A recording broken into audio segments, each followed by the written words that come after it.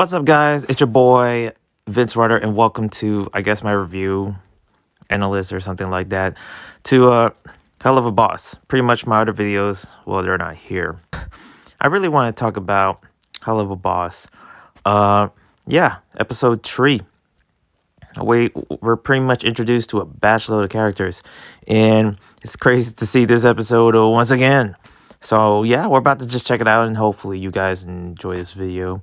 Look, I just really want to do something, out of the ordinary, aka something that I've been doing for a while, but not anymore, due to the fact that my other channel got terminated. I don't know how many times I say that, but here we are at episode 3, where I just want to talk about a couple of stuff in this Helluva Boss, review or something like that. This video was meant to actually, have you guys do anything you want to do when you're, listening. Have it like in the background audio. But let's talk about it. Let's talk about Helluva Boss. And this one was pretty. There was a lot of info. There's a lot of fan service around. Well, fan service in the sense of, like like when Luna turns into a human, and we start to see like the situation with Luna, a lot of Luna stuff, but also some different characters that that are new to the table, and that are, I can already see like the Instagram they're making for how like Hazbin Hotel and also like Hello Boss characters make their like Instagram stuff. I'm not sure what happened to it. I heard that Stolas and the daughter Octavia pretty much had their they were addressing something with the Instagram because the fandom, I guess, got too crazy or something. I still remember that, but it was a moment where it was like, wow, the fandom is, I wouldn't say like that nuts. I don't know. I never experienced it. Okay, I mean, if I had my other channel, then I would know because they follow my videos. But since that's gone, here I am, just trying to hopefully they come back maybe. But yeah, I saw that something in one of the story times from Stolas Instagram, which is supposed to be like a character with that has an Instagram, Daddy Hoot Hoot, addressed something about like Octavia, like pretty much some of them were attacking Octavia for some reason, and it was getting too far. I think this also happened with the same thing with Valentino, which I just want to say, is it me or Verosica is sort of related to Valentino in a way? Like they're like, I thought it was probably not, but I can, where I'm just speculating some theories that now I'm just cooking up. By the way, I like making predictions when I do make these kinds of videos. So I'm going to making a bunch of predictions while we go on. And there's just some, other stuff that I just, and wanting to see, and hopefully stuff that, probably you guys miss, and I'll actually catch you up to it. So we're just gonna do this in a way where I, talk about which scenes that I have, and pretty much have my video play here to actually catch up to speed. But yeah, there was some bunch of stuff that I'm just like, whoa, man, are we gonna get into that? But yeah, let's go into it.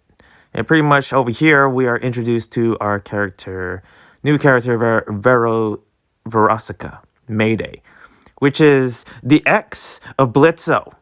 And Blitzo just happens to see her, and already they just have like a little smoke battle.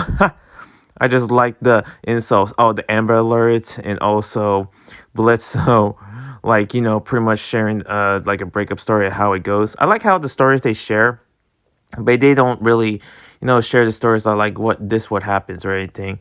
It's kind of like goes within the conversation. It blends in so perfectly. And there's the van right there. I'm not sure what van you would call it, but yeah, that's their ride. I'm pretty sure they might have an upgrade soon once they make that Mulala. But yeah, it's pretty cool to see.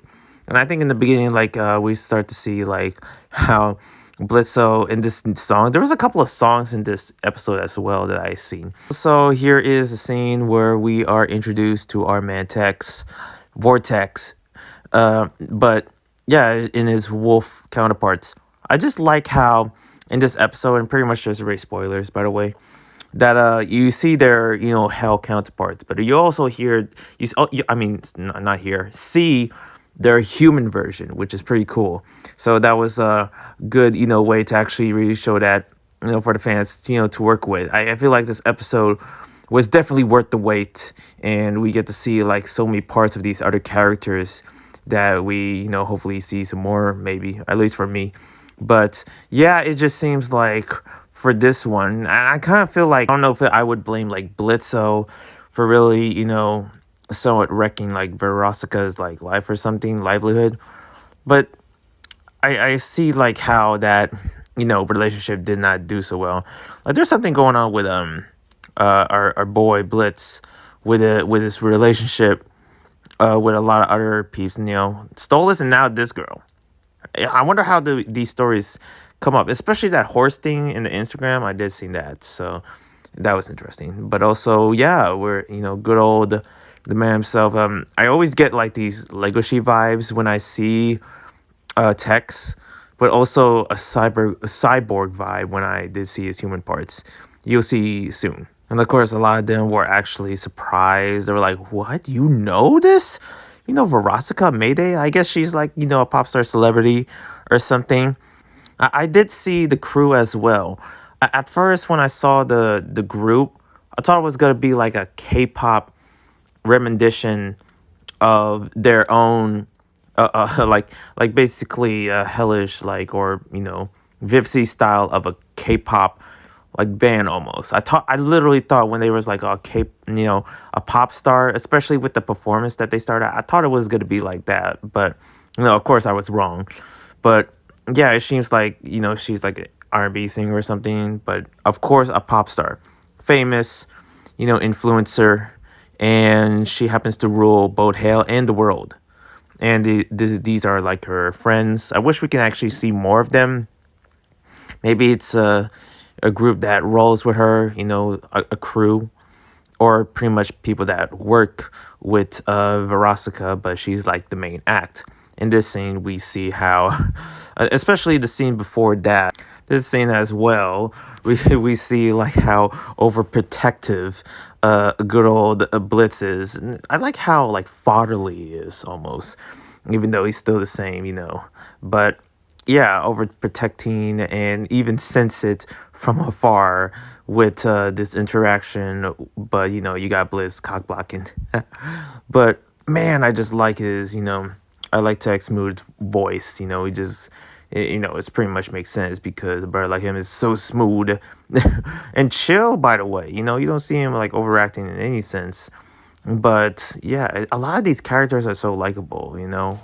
Especially the background characters. The one, well, like I will get to it in a minute, but you'll see. And pretty much in this scene, we start to see like they wanted to challenge Blitz to like a battle. Now, at first, I thought it was a kill for all, like how many kills you can get, like the most kills, the winner.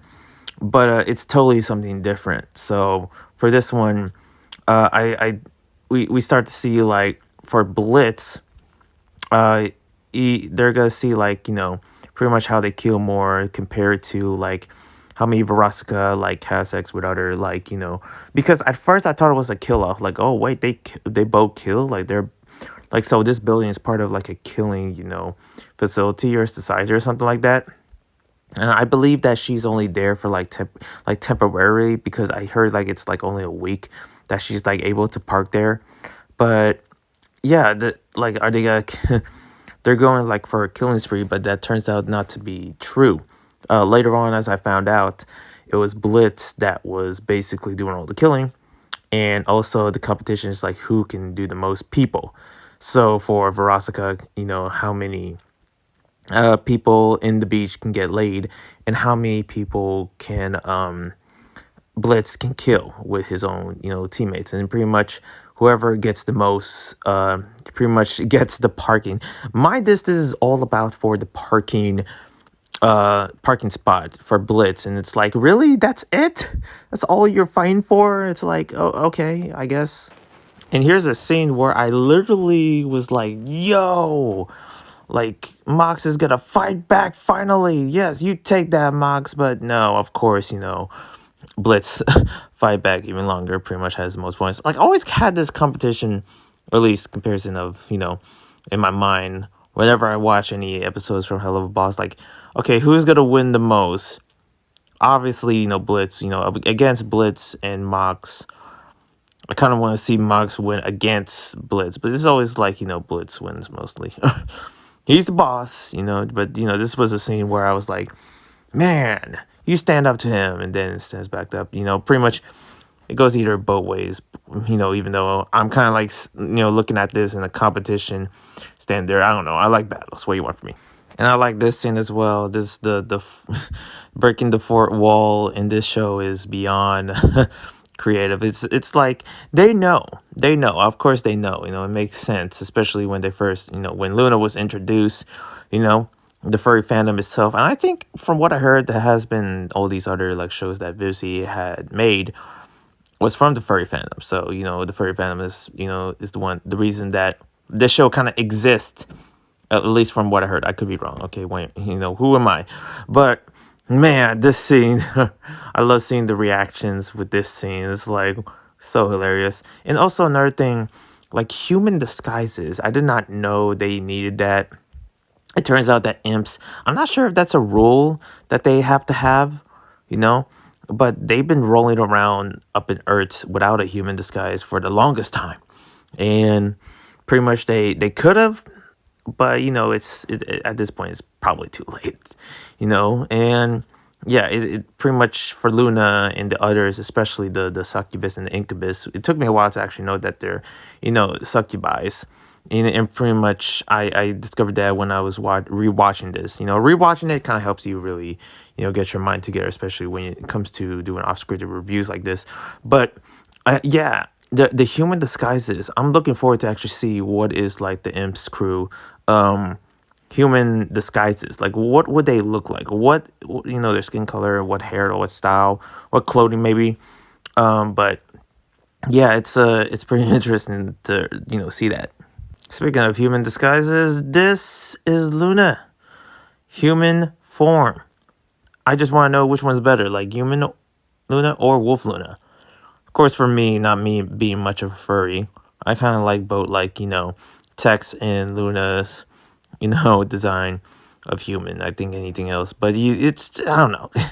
I really dig this, how they follow up with this kind of design for Luna, and there's some story behind her. I believe that she is also, this is what she looks like when she was alive uh on Earth.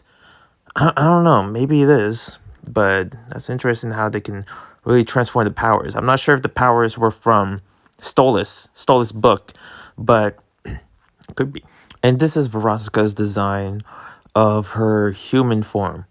I kind of want to know, like, what is she? Like, is she both black and white? Is she white with tan?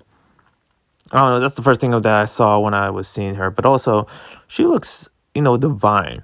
The heart still gets me thinking, like, is she, like, somewhat associated or, related to Valen, uh, Valentino? Like, I'm pretty sure not really. But that's when I saw the hearts. I believe that the hearts, there's something about hell that kind of represents, like, that kind of like Valentine aspect. Angel Dust with that, with the stripping job, being the top, like, adult stars out there.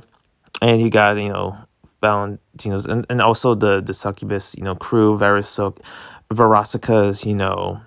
group. Like, it still, like, made me wonder, like, is that what the majority of what hell is, and it would be crazy to think that, Vivzy knows what hells look like. I don't know. And I like how, Blitz is, like, really treating him like, like his own daughter. It's such a loving kind of, vibes from Blitz. I wonder if Luna actually lives with Blitz. Do they live in the same house? I'm not sure. I don't even know where, Blitz lived. Probably in the office. But I like the representation of different love interests within the show, especially when they're hypnotizing and trying to get as many bodies as, Veronica can with her crew. They go through all sorts. They go through the whole, like, from, many LGBT kind of, like, representation. I really like that, especially the colors and the types of people. Kind of shows that within the show how it's kind of like rising up to be, you know, in that, as expected, especially nowadays with animation. It's still crazy to think that's now finally happening. It's about time. But yeah, I wonder if the power actually got into like Luna when Luna was going to approach to Tex, already recognizes him. This is Vortex. I believe there was another character that was approaching Luna that really kind of looks like a male version of her. And of course Luna kind of like rejected him. Punch.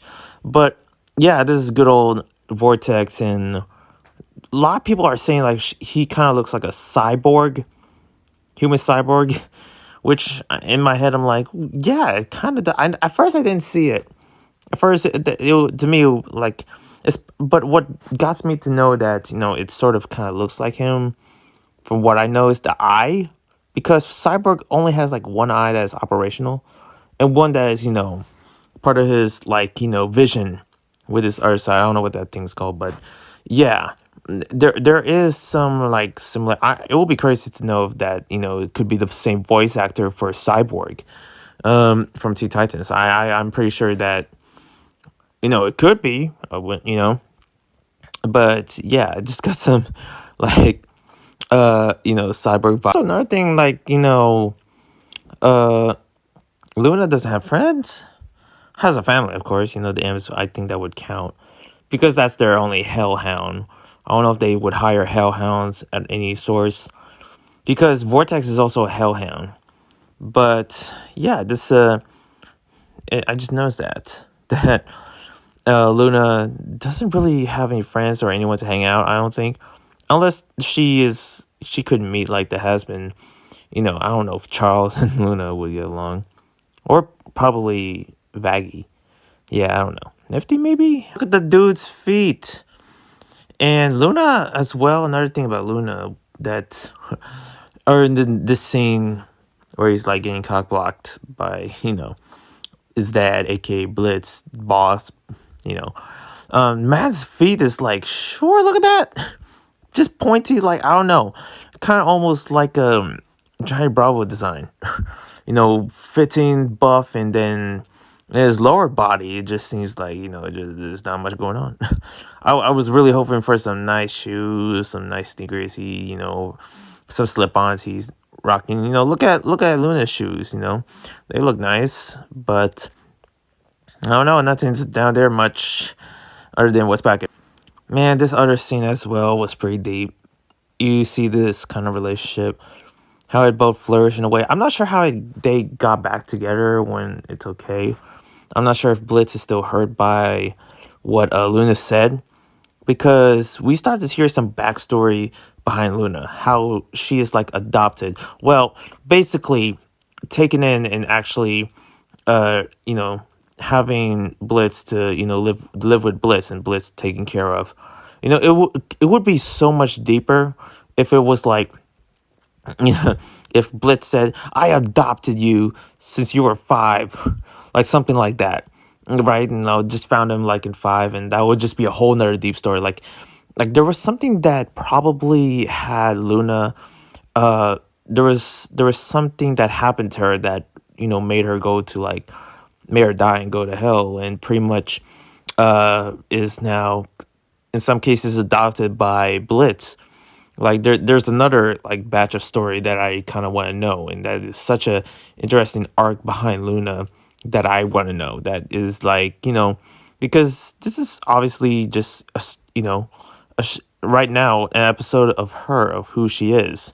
I like that each episode really not only shows new characters, but also really gives us more in depth of what the characters that we've been seeing and who they are. And pretty much we haven't seen much from Luna, but now in this one we start to see quite a little bit more. It's so fulfilling. Pretty much, Bliss just said like, "I'm gonna go kill." Like pretty much, I guess it didn't fade him anyway. Which I'm like, oh, like that's how much Blitz cares about Luna. but then it goes off to kill somebody. That's right, the body count. This show is so good at it's so good at making us not forgetting like what is the objective. It reminds of some things like, oh, the parking space, that's right. Oh, the fish, yeah, I forgot about that. Oh, Luna's, a situation with the Blitz, but also happened to like talk to Tex as well, trying to get it on. I man, thanks for reminding me. Also, this is such an adorable episode with Millie and Mox. Like they're just such their couple dynamics is just it's always been good.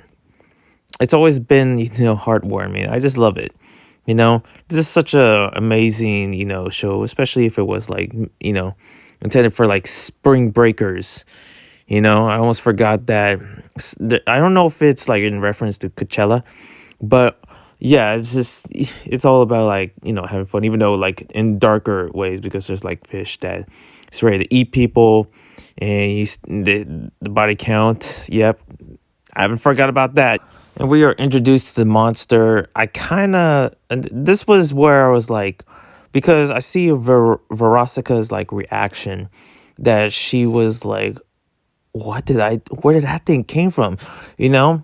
And I thought it, she was like that was her intention, I'm not I'm not sure if like, because then I found out that, oh, she threw the drink by mistake. I still want to know what kind of liquid that she had over there. I don't know. There could be some other stuff that is, probably in hell that is radiated. And when you put them on Earth, and also another thing that I jump away from was also the thing where, they were having, Blitz and Veronica was having a diss battle. And Veronica, well, no, Blitz mentioned something like 3 rings down. I'm like, what? 3 rings down? So what kind of universe are we talking about 3 rings down? Because we are, I think hell has like the 7 rings of hell. And I don't know what ring they're in. And I think they're in different like pentagons. I'm not sure how world hell works. Okay, even though in some cases we might go there. But it's, what could it mean? What could it mean like, 3 rings down? Like, is this where this monster came from? Is that where the liquid came from? Man, these theories. Oh no, I'm just making stuff in my head already, okay? Just making a big, mold of sandwich, and now it's just spilling everywhere. That's what's happening. I'm not making sense. This was such a funny scene, the high five. Oh my gosh. I just love these two, Eminem for life. I just can't I just can't when I saw that scene. It was just so it's playful and it's dark at the same time. Like it's just roller coasters of emotions that goes through the series, and that's why I can never ignore it. That's I'm not supposed to make any videos of any series at all. I was actually going to make one about the whole Wings thing, but that's in my head now. But that's why I made these videos about this series, because I just couldn't ignore it. It's just one of my favorites. The Hazbin universe and everything was just, it just means something, something we need. Man's mention the B movie. I'm like, wow. Oh man, that's something. But yeah, pretty much for an exchange of the part. I'm like, what? Oh, I almost forgot about it. But this show episode right here kind of makes us remember it with what it didn't really need to, but I was like, yeah, and nonsensical as it is, I'm like, that's what it is. Okay, parking spaces it's not how bad parking spaces now. I haven't driven in a while, so I basically don't know much about anything parking. I've never been to anywhere that actually needed more parking spaces other than college, but I'm pretty much doing it at home. Who am I? And this is the scene where I was like, okay, well, this show is really speaking to me now. The friend zone. Wow, boy, man, this is a scene where I was like, ah, gosh, damn, because I feel bad for Luna. I was like, these two could have been such an amazing couple. Look, they're both hellhounds, red eyes, and look at their style. And like, man, who is this girlfriend? Like, I would imagine in later on in the series, like, if he's lying just to impress her, and I'm like, come on, she's perfect, Luna. But I guess we can only find another one. And also the other person that Luna knocked out, where is he? That's another perfect one. And man, I understand this is not a love romance series, but American Dream, okay? This man right here, stunning. Look at that. Look at that muscles. Couldn't see the abs, but it could have been perfect. But the friend zone was so deep. Other people felt that. Oh, they felt that. That could have been the most, and that was the most painful, especially, despite what all the killing in here, that had to kill me. They killing all of us. And how come they didn't teleport it out of there? Aren't they like, and also another thing, they're just gonna surrender. I don't know if this was the moment where I was like, okay, they're not killers. They're just, succubus and succubies. But I'm just, I'm like, can you just like kill all the get, or like at least teleport out of there? Don't you have a teleporter? Like, how are they supposed to go home now? Are we gonna see them again? Like, I feel bad for Verosica. Okay, is she an enemy or not? No, she just had like a screw up relationship with Blitz, and I don't know. I kind of blame Blitz on for him personally, that he kind of made her life a living hell, double hell, triple hell. Okay, because they're rating hell, but you know what I mean. I don't know. I don't know. But yeah, that was it. I enjoyed it. Hope you guys enjoyed this video. That was just my review analyst. It's not perfect. It's not meant to be perfect. Okay, when stuff is really perfect, unless YouTube gives my channel back, because right now I'm only here in Vince 2.0. But subscribe. And I'll note you guys if you can subscribe to the other channel, because that one had a bachelor of videos, and also all my Helluva boss reviews are in there, and my Hazbin Hotel video as well. Oh God, why? But other than that, I'll see you guys next time. It's your boy, peace.